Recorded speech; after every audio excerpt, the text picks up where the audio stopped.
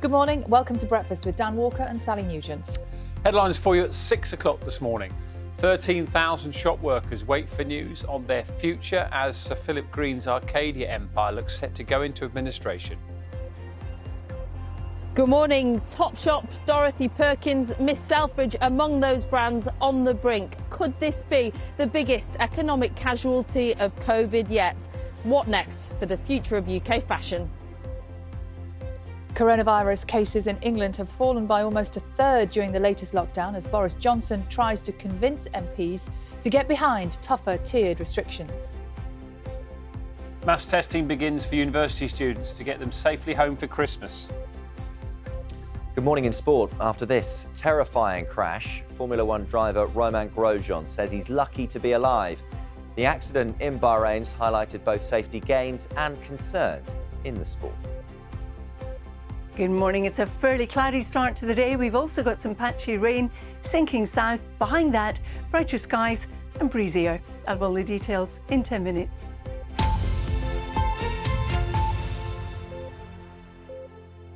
Good morning, it's Monday the 30th of November. Top story for you this morning, Sir Philip Green's retail empire, Arcadia, is likely to call in the administrators, putting 13,000 jobs at risk. Sources in the company, whose brands include Topshop, Burton and Dorothy Perkins, have told the BBC they don't expect a last-minute rescue deal, as Greg Mackenzie reports.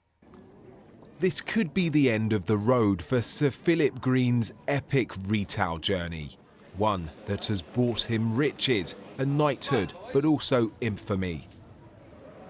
Arcadia's brand once dominated high street fashion. Its chains have been hit hard by the coronavirus pandemic, but its problems stretch further back than that, as it struggled to keep up with online retailers. The company, which includes Topshop, Burton and Dorothy Perkins, would be the biggest retail collapse of the pandemic. If it went into administration, shops are expected to still trade for now while they try to find a buyer. The Arcadia Group has more than 500 stores employing 13,000 people. Topshop alone accounts for 250 shops and concessions in 170 towns and cities across the UK.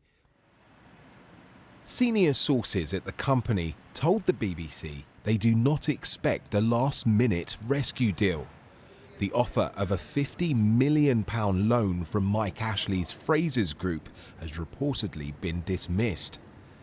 There is also the added uncertainty for the thousands of Arcadia staff, as there is an estimated £350 million hole in the company's pension fund. The BBC understands he is currently on his super yacht, Lionheart, which is docked in Monaco's harbour. He has so far declined requests for an interview. Greg Mackenzie, BBC News. Coronavirus infections dropped by almost a third in England during the second national lockdown, according to the latest data. Interim findings from Imperial College London showed lower infection rates across the country after testing more than 100,000 people. Rachel Schreier has more. To get a sense of how many people across England have coronavirus, our best option is to pick a sample of people from different age groups, areas and backgrounds and test them regularly whether they have symptoms or not. A study run by Imperial College London has done just this, and it gives us the most up-to-date picture of what's happening with COVID-19. The researchers swabbed more than 100,000 people between the 13th and the 24th of November, while England was in lockdown. And they found that during this 12-day period, cases of coronavirus fell by 30% compared with the last time the Imperial team carried out this research. They tested people between the 16th and the 25th of October, when the country was under a 3-tier system of restrictions. And at that point, cases were doubling every 9 days.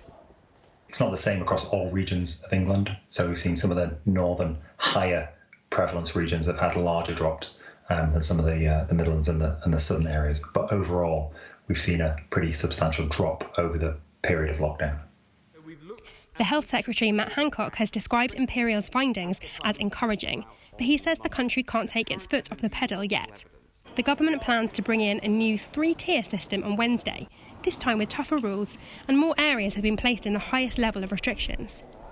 The hope is that this will be enough to keep infections falling, while giving people a few more freedoms and allowing shops to open in the run-up to Christmas.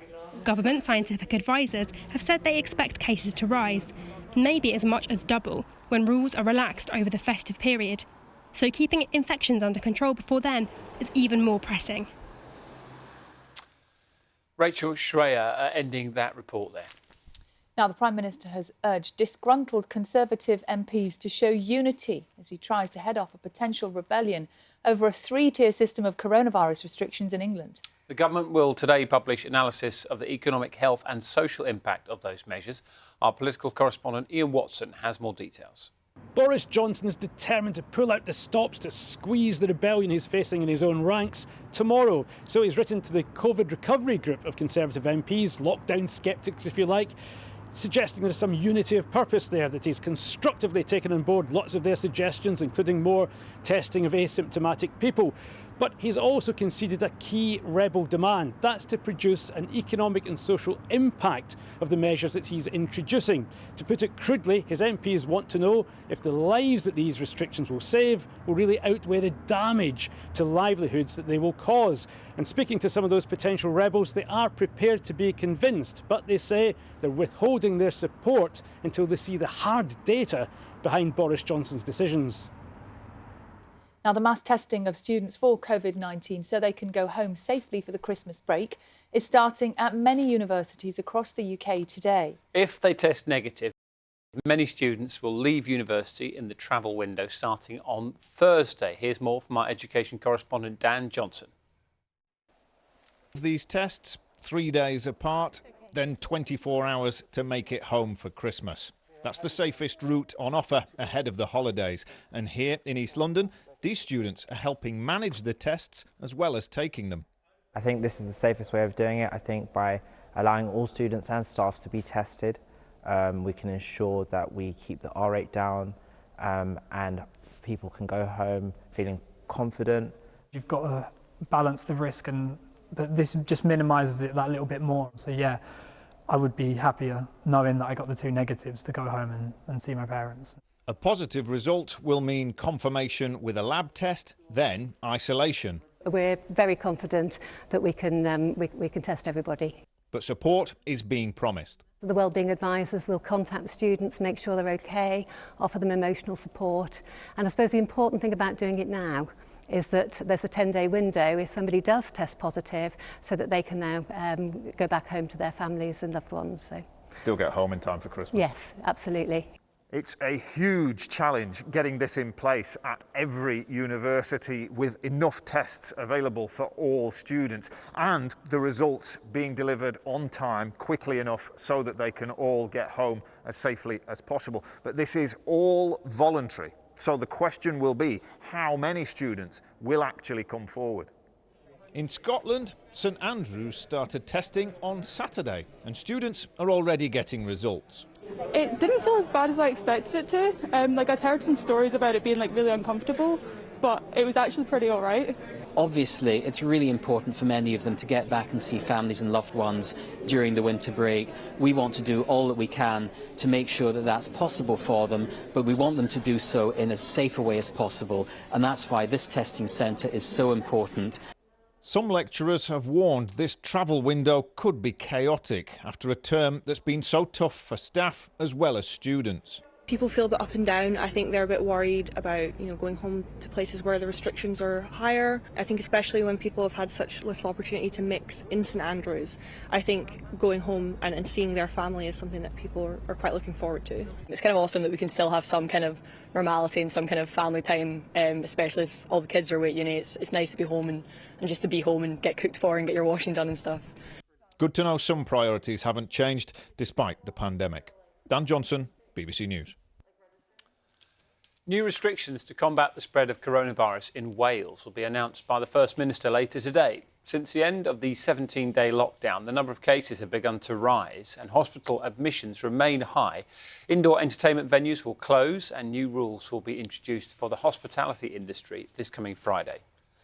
French rescue teams have been searching for a missing British woman who's gone missing in the Pyrenees. Esther Dingley has spent the last 6 years on a campervan tour of Europe and was last in touch with her partner a week ago. She was expected to end her hike on Wednesday, but has not been seen since.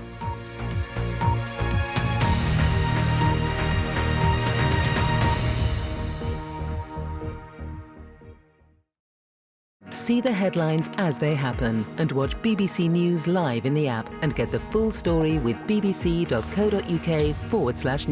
Follow the story for all the latest with BBC News.